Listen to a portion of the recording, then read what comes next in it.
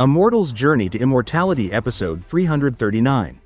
In the previous episode, Han Li stepped out of the hidden fortune room and made his way to a bustling auction deep within the Snowmound Mountains.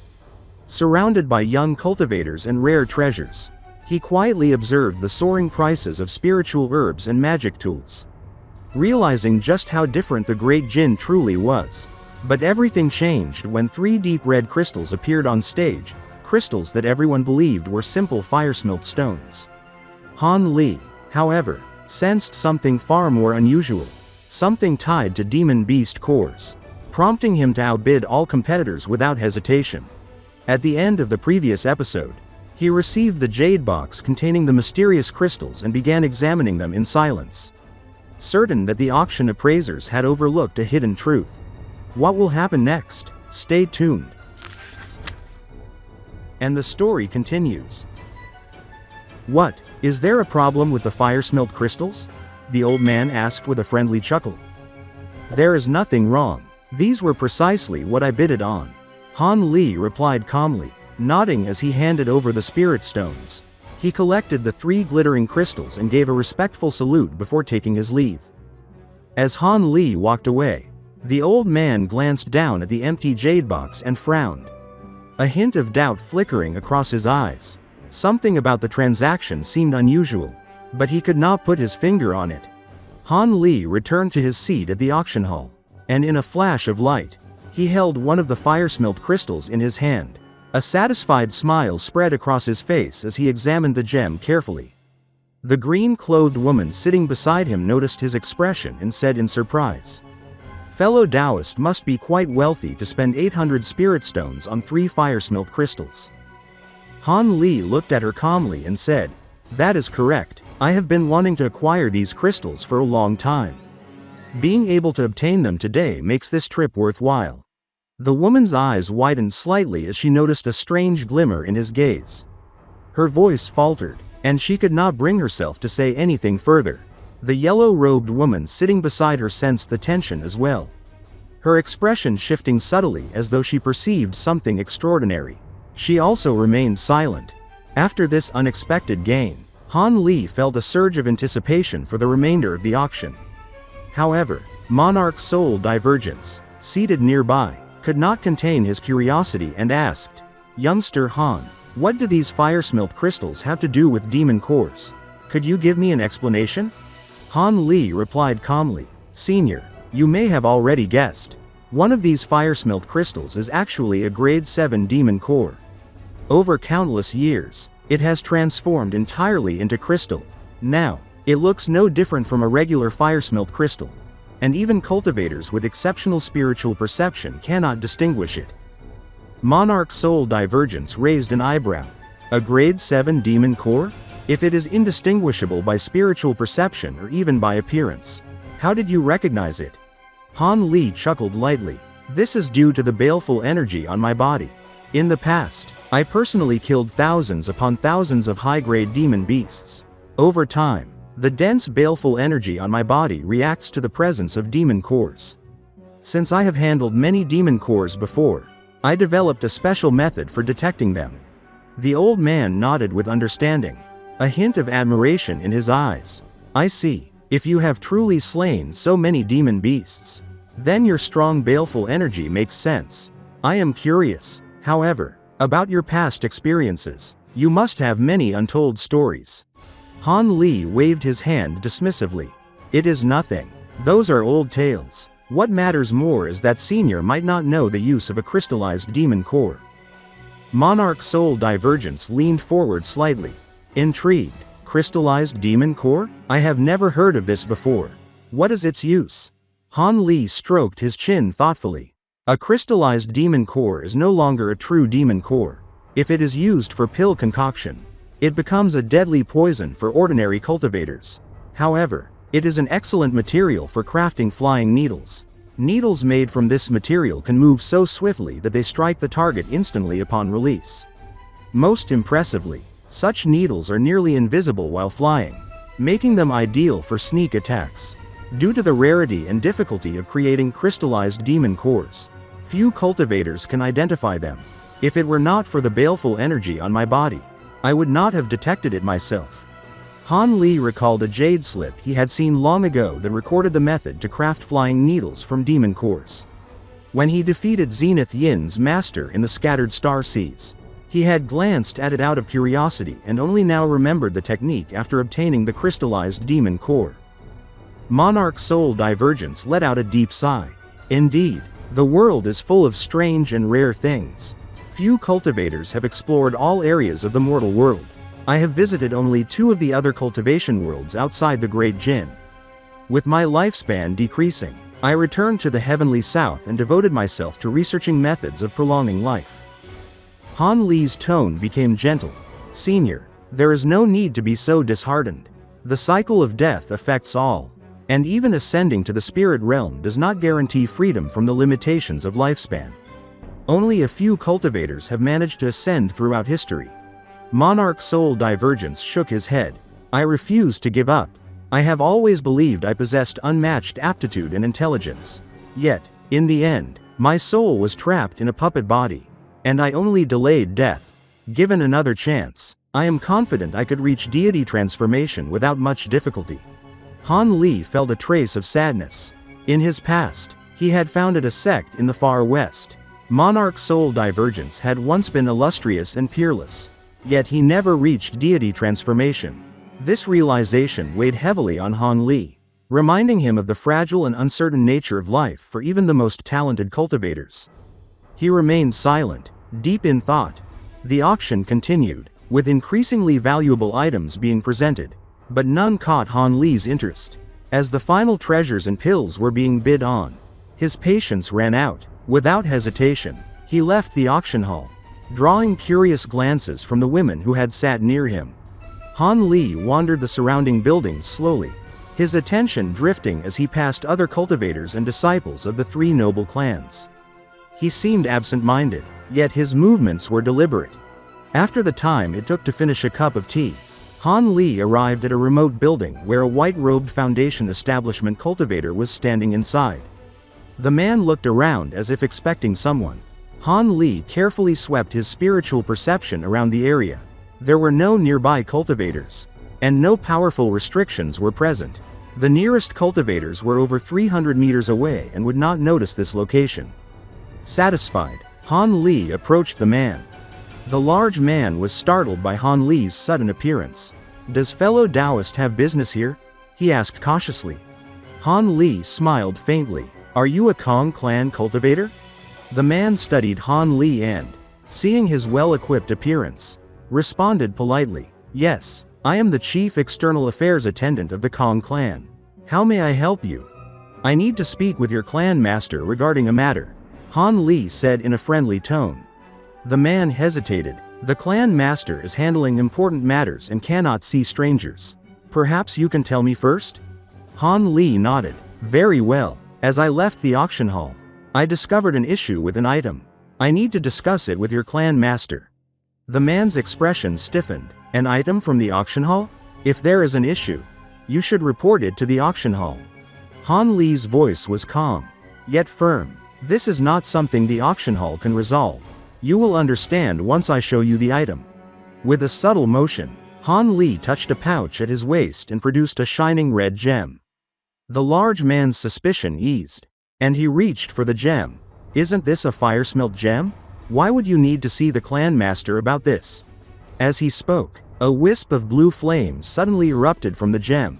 The man had no time to react. The flames froze his body in an instant, sealing him in a layer of frost. His movements were completely immobilized, and a chill ran through him. Han Li calmly extended his sleeve, sweeping up a wave of blue light that enveloped the frozen man. He carried him deep into the building and entered with a blur, leaving no trace of his passage behind. Han Li brought the large man to an unremarkable room in the building and laid him on the floor. His body was covered in blue frost, and his eyes were wide open, filled with terror. The chilling aura that clung to the man made him seem as if he were already frozen in fear. Han Li raised a hand, summoning a silver needle between his fingers. With precise and practiced movements, he stooped down and swiftly stabbed the needle several times into the man's head. The large man trembled violently, his body convulsing under the sudden assault. Before going completely limp, without pause, Han Li formed a hand incantation and muttered an incantation softly under his breath. He struck several spell seals across the man's body. Almost immediately, the layer of frost vanished, and the man sat up stiffly, his eyes blank, his legs crossed motionlessly, waiting like a puppet under control. Azure light shimmered across Han Li's face as he waved his sleeve. Several small, multicolored spell flags appeared, spinning and orbiting around him. The flags formed a concealment spell formation that masked both his and the large man's presence. With the formation activated, Han Li's figure blurred and reappeared behind the man. He placed a hand on top of the large man's head, and a radiant light spread from Han Li's body, enveloping the man completely. Han Li's voice was cold and emotionless, echoing in the chamber. "What is your name? And what is your position in the Feng Clan?" The large man, now entirely subdued, replied listlessly, "I am Kong Do. I am the chief of external affairs." Han Li continued, his voice sharp and steady. "Since when did the Feng Clan occupy Falcon Cloud Village? Where did the original residents go?" 7 years ago, Kong Do answered faintly. "The original residents were relocated to a town called Snow River." Han Li pressed further, his questions methodical and unrelenting. "What is the purpose of the Feng Clan's Grand Assembly?" After a prolonged string of questions, Han Li had extracted most of the information he sought. He released his grip, and Kong Do collapsed to the ground. Han Li produced a small medicine pill and forced it down the man's throat before striking key acupoints with a silver needle, ensuring his compliance and memory suppression. After a while, Han Li stood and muttered to himself. With the worry-free needle, his recent memories should be sealed. He will not stir trouble immediately. It is unfortunate I cannot use the Dream Tier technique due to my cultivation level. It would have made this far simpler. With that, Han Li shook his hand, withdrawing the spell flags, and quietly exited the building. He made his way to the village exit, unnoticed by the few cultivators still lingering, who were busy leaving the area after the Grand Assembly. In a streak of azure light, Han Li moved swiftly toward Snow River Town, the location Kong Do had mentioned. The small town lay not far from the Snowmound Mountains. Soon, Han Li could make out its outline over the horizon. Snow River Town was roughly 4 times larger than Falcon Cloud Village, yet it remained modest in scale. The sky was dark, and only a few villagers wandered the streets, meaning Han Li's arrival caused no disturbance. He walked slowly through the streets, releasing his spiritual sense to detect hidden cultivators. As expected, some were present, though mostly low-grade. The highest among them was a core formation cultivator, concealed within a courtyard in the southwest corner of town. Han Li moved carefully, making sure none of them detected him. Once satisfied that no threats were near, Han Li concealed his aura and proceeded down the streets, glancing to either side as though searching for something specific. He arrived at a wide intersection, which appeared to be the center of the town. His eyes settled on a small inn, and he paused to examine it. The inn's sign read, "Pleasant Arrival," in silver characters, a common name across the Great Jin. Han Li's gaze lingered on the small teapot emblem at the corner of the sign. After studying it, he took a deep breath. With no one around, his figure blurred and, in a flicker of faint yellow light, he phased through the inn's door as if it were not there. Inside, the main hall was dark and silent. No guests were apparent, and any present were likely asleep. Han Li closed his eyes briefly, extending his spiritual sense to survey the inn, immersing himself in its layout and surroundings. He then transformed silently into a gust of wind, slipping through the darkness unseen. The inn's owner was a shriveled man in his 50s, known to be among the wealthiest in the village. After a long day, he had fallen into a deep sleep, holding his young concubine close. Suddenly, an icy wind swept past him, waking him with a start.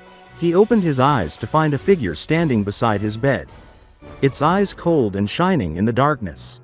"You!" The old man tried to shout, but a silver line flashed across his throat, rendering him mute. "Do not make a sound." Han Li's voice was calm and controlled.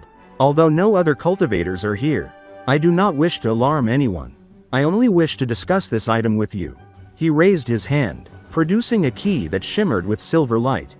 Upon seeing the key, the old man trembled, but a trace of relief replaced his fear.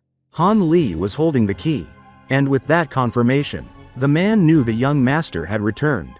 Hastily, he tried to speak, but no sound emerged. Han Li smiled faintly and removed the silver line from his throat. The old man coughed and finally regained his voice, asking if he might examine the key. Han Li handed it over. The old man scrutinized it carefully before returning it respectfully. "Are you the great young master?" he asked in awe. "You already saw the key." Han Li replied calmly. "Is there a problem?" "None. Now that you have the genuine key, your identity is confirmed," the old man said, glancing at the concubine behind him. "But," Han Li's eyes flicked briefly. "Do not worry, she has been placed under a spell. She will not hear anything, no matter how loudly you call." The old man relaxed visibly. "The clan master has not contacted me for years. I did not dare to inquire, fearing attention from other cultivators. Now, with the key, I can finally rest. Had the clan head not mentioned your changed appearance, I would not have dared to believe it." Han Li's expression hardened. "Something has happened to the Feng Clan. I need to access the secret reserves and take a few items. Only the clan head knew their location. You must have a backup map. Hand it to me." "Yes, since you have the key, you may open the reserve. Follow me, young master," the old man replied, quickly covering himself and leading Han Li to the rear courtyard. There, he dug at an unremarkable corner, sweat pouring from his brow as he uncovered a plain stone brick. "The secret reserve's location is sealed in here. A restriction prevents me from opening it. But young master can," he explained. Han Li examined the brick, nodding in satisfaction. "Now that I have it, you should leave this place. Go far and hide your identity." The old man's expression darkened, but he bowed. "I will leave in a few days. No one will learn of your presence, young master." Han Li reached into his sleeve and handed him a small azure bottle. "You have remained loyal to the Feng clan. Take this medicine. Though you are mortal, it will strengthen your body and prolong your life." The old man was stunned, then bowed deeply. "Many thanks, young master." Han Li waved his hand, expressionless. "Take care of yourself." In a flash of azure light, he disappeared, leaving no trace behind. The old man watched him go, sighing as he looked at the medicine bottle. When Han Li left the inn, he immediately flew out of the town and went to find a desolate mountain. After descending, he summoned an azure brick with a flick of his palm. With the brick in hand, Han Li took a closer look at it and swept his other hand past it. His fingertips glowed with azure light as they brushed along the brick's surface, causing it to ripple with a soft white radiance. A faint smile curled on his lips as he nodded in satisfaction. The brick was exactly as Feng Yu had described before his death. It was not an ordinary brick at all, but rather a cleverly disguised storage pouch. However, opening it required a specific incantation. Attempting to force it open would reduce its contents to ash.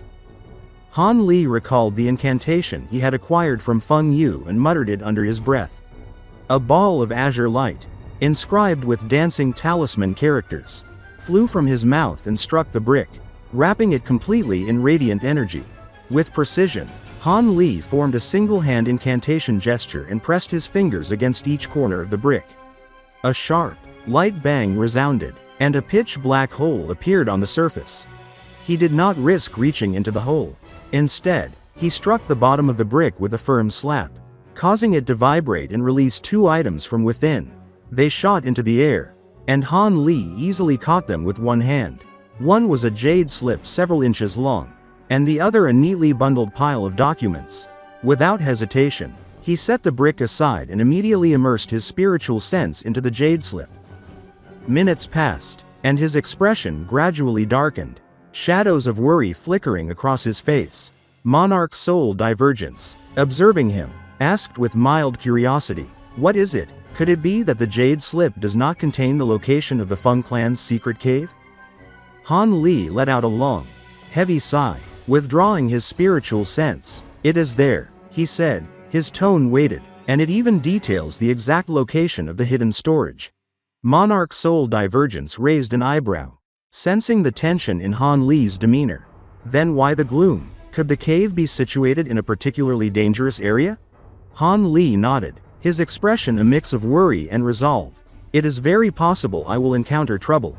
The secret cave lies deep within the Snowmound Mountains. Why would the Feng Clan choose such a location? Were they unaware that cultivators frequently vanish there? Monarch Soul Divergence asked, clearly shocked. Han Li shook his head, a wry smile tugging at his lips. Perhaps the Feng Clan ancestor believed that the more perilous the area, the safer the secret would be. Monarch Soul Divergence, in his usual lazy tone, responded, since they have always used this secret cave, it cannot be too dangerous. There is no point in overthinking. Han Li nodded firmly. I hope you are right. Now that I have the map, I cannot allow some unknown danger to prevent me from reaching it. If all goes smoothly, I can arrive there in a day. He put away the jade slip and picked up one of the documents. As he flipped through it, he exclaimed in surprise, these are deeds for the Feng Clan properties in the mortal world. They own vast lands, more than any other family in the region. Monarch Soul Divergence considered this carefully. Is that unusual? Noble clans of the Great Jin, unlike those in the heavenly south, often manage mortal affairs. They interact with government officials and the wealthy.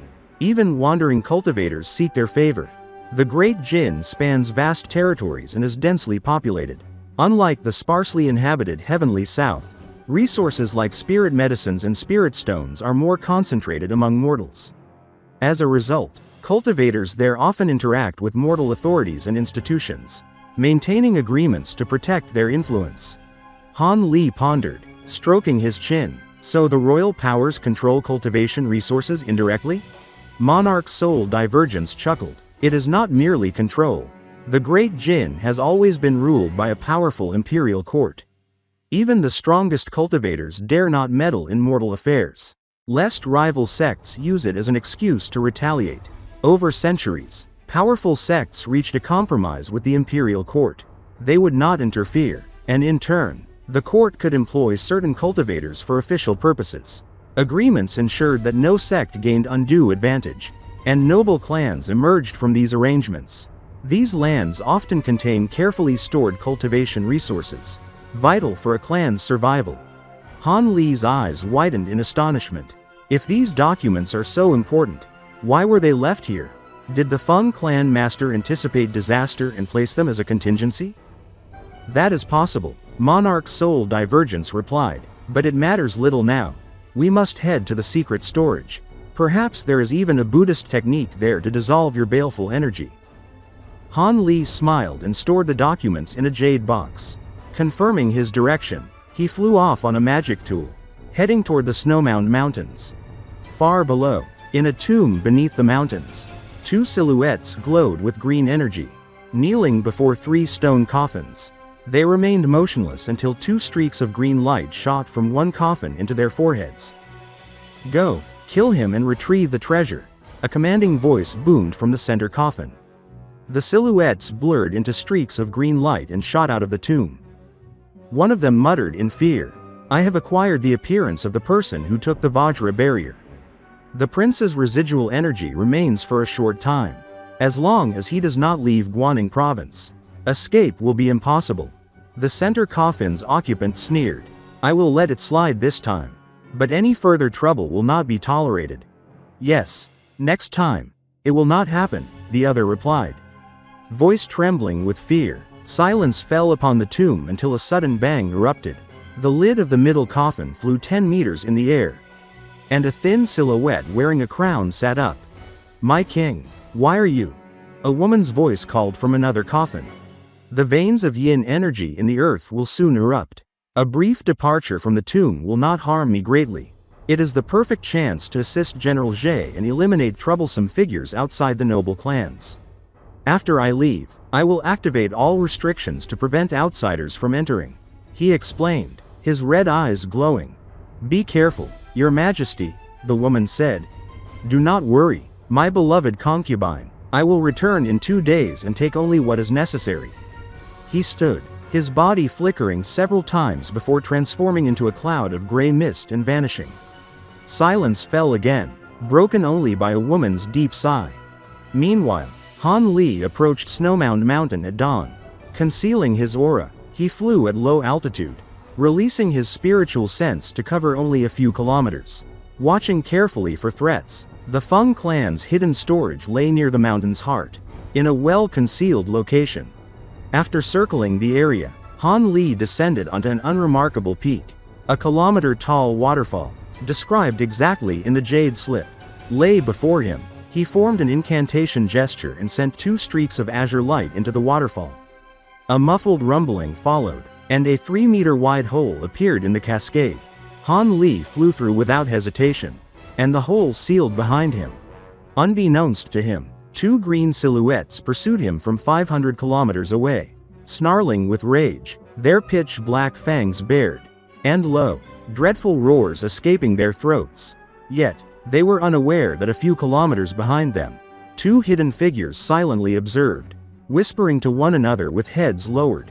"How about it? Do you have any certainty of restraining Devil Glorious Blaze's incarnations? If they manage to escape, we'll end up scaring them all away." One of the 2 figures sent a voice transmission to the other, his tone sharp and calculating. The other figure snorted and spoke gloomily. King Glorious Blaze's so-called incarnations are created using soul-mending techniques, forcefully refined until they become obedient puppets. Their intelligence is greatly diminished as a result. Even though they possess nascent soul cultivation, they are easily handled by cultivators of equivalent strength. Coordinating against them together will not be difficult. And now, with the old devil releasing his own incarnations independently, it benefits us greatly. Killing them would be equivalent to cutting off his arms. His voice was deep, low, and filled with a cold determination. The sharp-voiced figure replied, intrigued. Brother Heavenwine's words make sense. However, I am curious about the person those incarnations are chasing. Whoever they are, they caused the old devil to send men away from the tomb at a critical moment and lose sight of his objective. Who knows? The deep voice responded. Regardless of their identity, they do not influence our plans. King Glorious Blaze's cultivation will significantly decrease the moment he leaves his tomb. This is an extremely rare opportunity.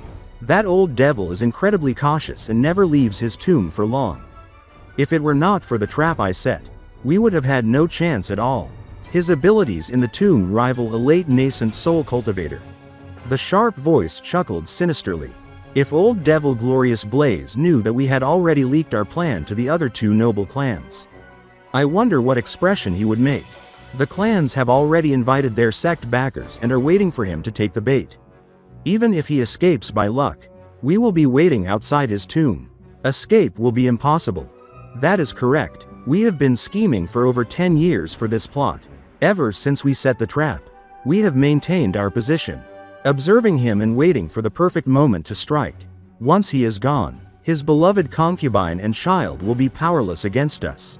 The treasures he accumulated for countless years, and the thousands of corpse soldiers within the tomb, will be ours. I have also heard that his heavenly corpse body will soon be completed. Given his cautious nature, the heavenly corpse pearl must be hidden somewhere in the tomb.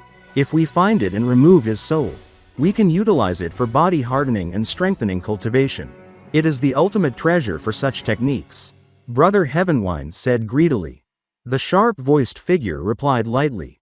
Hee, my cultivation does not emphasize body-strengthening techniques, so I have no interest in the heavenly corpse pearl. What I desire are the thousands of corpse soldiers.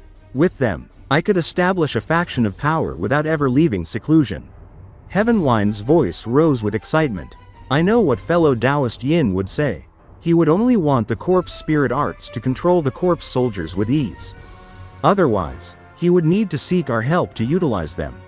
That sounds correct, the sharp voice replied. After a moment, he observed the 2 green silhouettes in the distance and said, now is the time to act. Since Brother Wild Sand is closely following the old devil, there should be no problems. We will eliminate the old devil's incarnations and then return to the tomb to lie in ambush. If we allow the old devil to return, things will turn for the worse. Yes, it is nearly time. The old devil should have left the Snowmound Mountains. Let us proceed. Heavenwind paused briefly before nodding in agreement. At that moment, the two green incarnations howled violently. But suddenly, their senses picked up astonishing spiritual energy fluctuations from behind. They instinctively turned to look and saw a massive black mist combined with a raging storm of wind, filling the sky, moving as if it intended to engulf them completely. Meanwhile, Han Li stood in front of a stone door hidden behind the waterfall. Unaware of the dramatic conflict occurring nearby, he knew that he could easily eliminate the two incarnations, but doing so would consume his last chance to lift the soul lock seal. His attention remained fixed on the stone door, particularly a small protrusion in the corner with an inch-wide hole at its top. He retrieved a sparkling silver key from his storage pouch and flicked it into the hole. The key fit smoothly, half of it remaining outside. Han Li smiled and directed a streak of azure light toward it. Slowly, the key rotated, a faint white light enveloping the stone doors, which trembled and gradually opened just enough for a person to pass through. He assessed the opening and stepped calmly inside. After walking 30 meters, he arrived at a 3-meter-wide transportation formation with 8 empty grooves surrounding it. Han Li let out a faint smile. Anyone without a deep understanding of formations would have placed spirit stones in all 8 grooves, causing the formation to collapse. The design of this hidden storage was shrewd and cautious. He approached the formation, 5 low-grade spirit stones shooting from his sleeve into 5 of the grooves. With a strike of a spell seal, the formation hummed. His expertise allowed him to analyze it quickly and confirm it was safe. He stepped into the center, and white light enveloped him, teleporting him a short distance without disorienting him, thanks to his strong spiritual sense. He appeared in a large hall, about 60 meters long, constructed entirely from polished warmstone.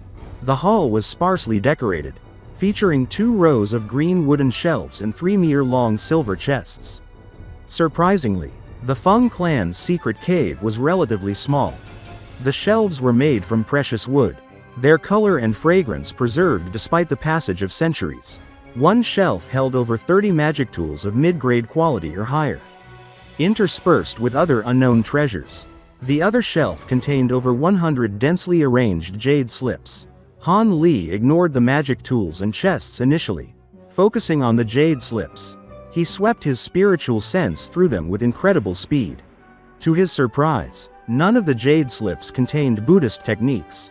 Could Feng Yu have lied? He briefly wondered, but dismissed the thought. He had verified Feng Yu's honesty with the Dream Tier technique, confirming the truth of his words. Han Li then turned his attention to the silver chests. One chest contained hundreds of mid-grade spirit stones, while another held jade boxes of varying sizes. Sweeping his spiritual sense through them, he discovered rare materials and pills, valuable but not his primary target. A shadow of disappointment crossed his face. Finally, he opened the last chest, revealing talismans that sparkled with light. Carefully, he probed further with his spiritual sense. Beneath the talismans, a scarlet wooden box, half a foot long, caught his attention. It was sealed with a faint yellow talisman engraved with Buddhist characters. Han Li tore it off and opened the box. From it, 7-colored light shot outward, revealing a milky white, thumb-sized crystal relic. Alongside it were 2 Buddhist sect magic tools, a dharma wheel and a bracelet of golden prayer beads, both radiating faith-infused spiritual light, and a yellow jade slip. The jade slip appeared unremarkable, but Han Li's interest was completely captured. With a swift motion, he took it into his hand and eagerly sank his spiritual sense into it. Righteous Prevalence Technique, Reincarnation Cycle Arts, Brightjade Arts. Han Li quickly swept his spiritual sense through the jade slip, muttering the names of the techniques it contained. Even a casual mention of these names suggested that they were Buddhist techniques of considerable significance. Monarch Soul Divergence, hearing the last name, immediately exclaimed in amazement, "I have heard of that before." The Brightjade Arts is an exceptionally rare technique, passed down by Vajra protectors in Buddhist sects. Its cultivation method is extraordinarily difficult. How could the Feng Clan ancestor have acquired such a technique? Let me see the jade slip. I will determine whether it can be used to dissolve the baleful qi in your body. Han Li, thrilled to hear this, handed over the jade slip to the bamboo tube on his back without hesitation. Monarch Soul Divergence began carefully studying the jade slip, immersing himself in its contents while Han Li used the waiting time to examine the other treasures in the Feng Clan's secret cave. Though he could have taken every treasure for himself, Han Li's storage pouch had limited capacity. He selected the most valuable items, several magic treasures, rare materials, and talismans useful for his cultivation, while leaving other items behind. Among the magic tools, he chose 3 of exceptional quality and set the rest aside. Next, he focused on the pile of jade slips, sweeping them with his spiritual sense. One technique in particular caught his attention. Han Li sat down cross-legged and began to silently meditate on it, exploring its structure and flow. After some time, Monarch Soul Divergence broke the silence. His voice was calm but carried a weight of importance. The Brightjade Arts is rather heretical. Though it is considered a Buddhist technique, its cultivation method is overbearing to the point of bordering on a devilish art. Han Li's heart sank slightly. A devilish art? He asked cautiously. Does that mean it can truly dissolve the baleful qi in my body? There is no need to rush, Monarch Soul Divergence replied. This technique will indeed resolve your problem, but it does so by refining the baleful qi for your own use rather than expelling it. This method is extremely dangerous, as such qi is not easily controlled. If you are cautious, you will find that it is manageable, but it is understandable to consider other Buddhist techniques first. He paused briefly before tossing the jade slip back to Han Li. Han Li caught the jade slip, his heart stirring with a mix of apprehension and hope. Refine the baleful qi for my own use, he repeated. If I cultivate this technique, will I not be walking the path of the elder devils? There is no need for concern. The Brightjade Arts is truly a Buddhist protector technique. While its methods may resemble those of the Devil Dao, it only uses the baleful qi to assist your cultivation. You will not be using it offensively against others. The harmful effects of the baleful qi can largely be neutralized, while the technique's strength is comparable to even my great development technique. Monarch Soul Divergence spoke with genuine admiration. Han Li's curiosity piqued. He sank his spiritual sense fully into the jade slip, scrutinizing the Brightjade Arts. After a moment, he shouted in surprise, "Yi, this technique seems familiar. Where have I seen this before?" You've seen it before? Monarch Soul Divergence asked in astonishment. That's right, I remember now, Han Li exclaimed. This technique resembles the demon race cultivation art I encountered previously. He retrieved a palm-sized copper plate from his storage pouch, the sacred provenance plate he had acquired from the scattered star seas, and began comparing the inscriptions with the jade slip. At first glance, the two techniques differed, but they clearly shared the same source. The Brightjade Arts was more superficial, focusing on basic body refinement, while the copper plate contained the incantations for the final abilities but was missing the middle section detailing bodily transformations. Together, they suggested a mysterious, incomplete origin. Monarch Soul Divergence, noticing Han Li's shifting attention, asked, "What is that copper plate?" Han Li hesitated briefly before replying. "Senior, have a look. My understanding is limited. Perhaps you can clarify the relationship between these techniques." He handed over the copper plate. After a careful study, Monarch Soul Divergence came to a decisive conclusion. These inscriptions are demon characters, originating from an exceptional demon clan. It appears that the Brightjade Arts is an altered version of that demon clan's technique. Based on the portion of the copper plate that is missing, the set of demon clan cultivation arts is divided into 3 sections. The Brightjade Arts employs the basic body refinement portion, while the copper plate details the final abilities, with the middle bodily transformation portion missing. Fascinating. This is indeed the same kind of technique the Elder Devils used. I have heard that the Demon Clan had close ties with the Elder Devil realm. It seems the rumors were true.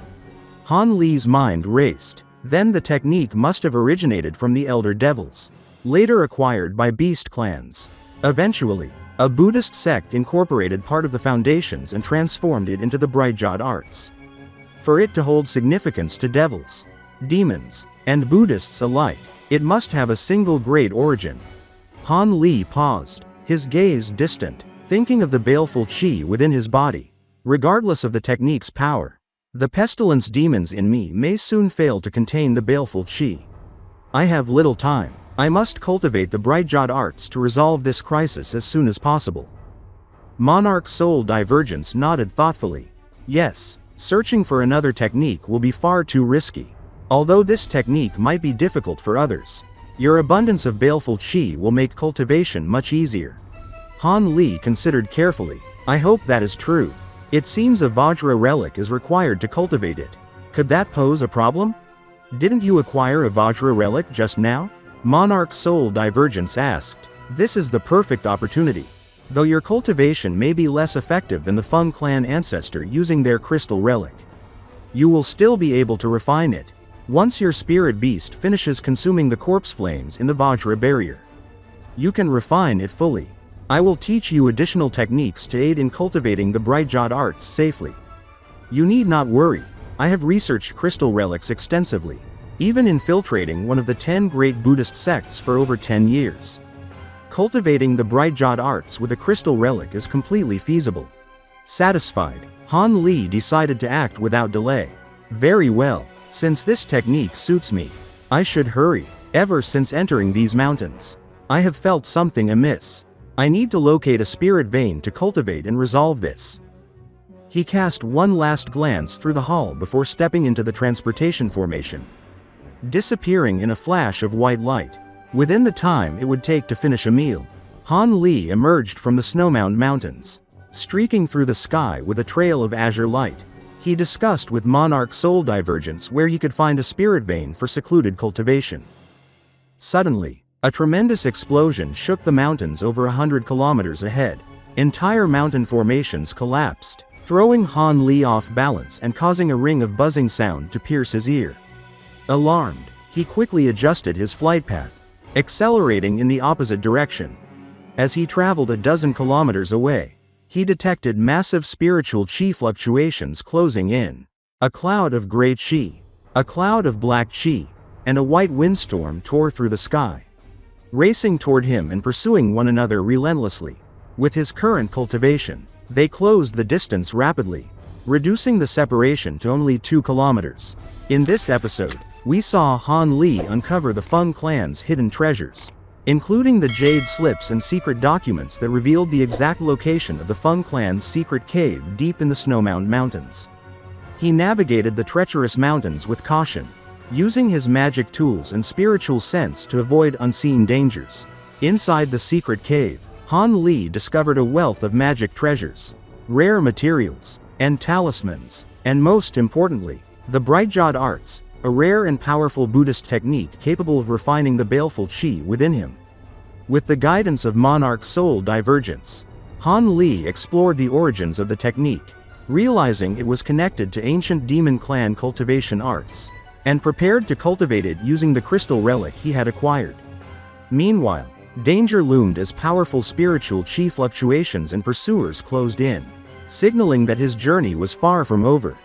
What happens next? Stay tuned for the next episode of Immortal's Journey to Immortality.